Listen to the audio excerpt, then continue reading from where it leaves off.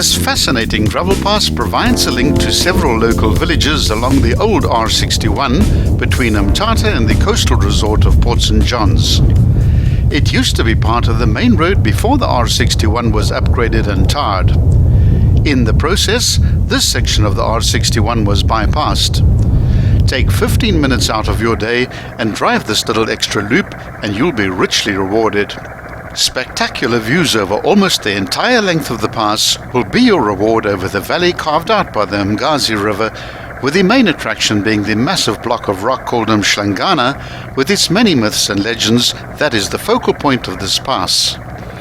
The pass is 7.6 kilometers long and displays an altitude variance of 421 meters, producing an average gradient of 1 in 18.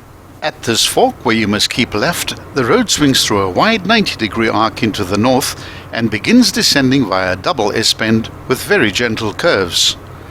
After 500 meters, the road swings back into the east, descending steadily. The views to the left open up as a dizzying vista of the Mlengana River Valley opens up. On some of the older government maps, this road is also referred to as the Mlengana Cuttings.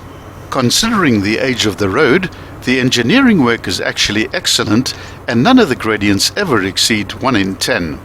Therefore, in fair weather, this pass is quite doable in a normal car. The usual cautionaries of livestock on the road apply, and the pass is also subject to frequent rockfalls, especially so after heavy rain. To locate the western starting point and summit of the pass, you'll need to have precise directions which are available on our website.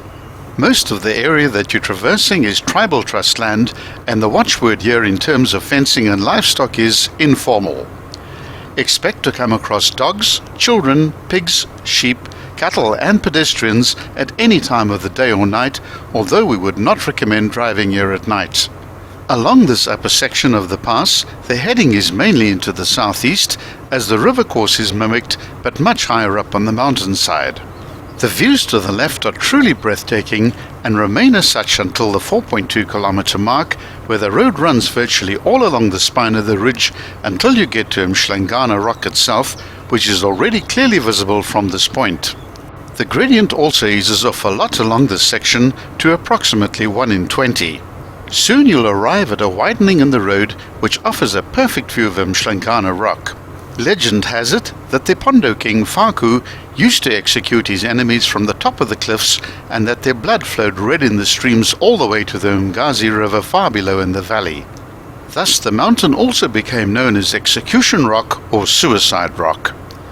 This bit of folklore is actually a far cry from the truth and was embellished by various white travelers over the last 400 years. The real Mlengana Rock, which means hanging rock, is actually on the other side of the valley and is the spot where executions in the form of hangings took place.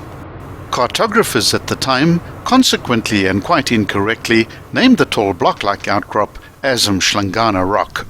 This specific spot is a far superior viewpoint to any others on this pass, and it's really worthwhile stopping here to enjoy the fabulous views.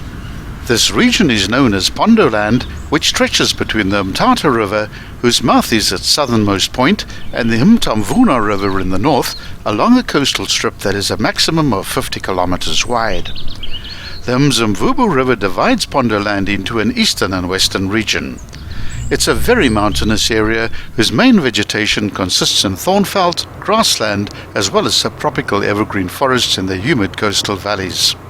The San and Khoikhoi people had inhabited this region since ancient times in scattered nomadic groups. About 500 AD, the Mpondo people settled in the area, for the mountainous grasslands were a good resource for cattle farming. Geographically, Mpondo Land was a remote area not strongly affected by the events in the rest of South Africa.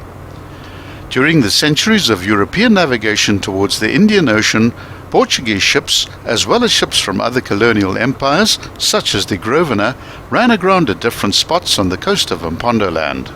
Some of the castaways were later absorbed into these communities.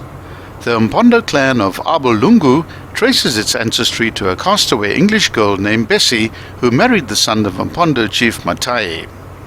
Be sure to watch part 2 of the Mlengana Pass.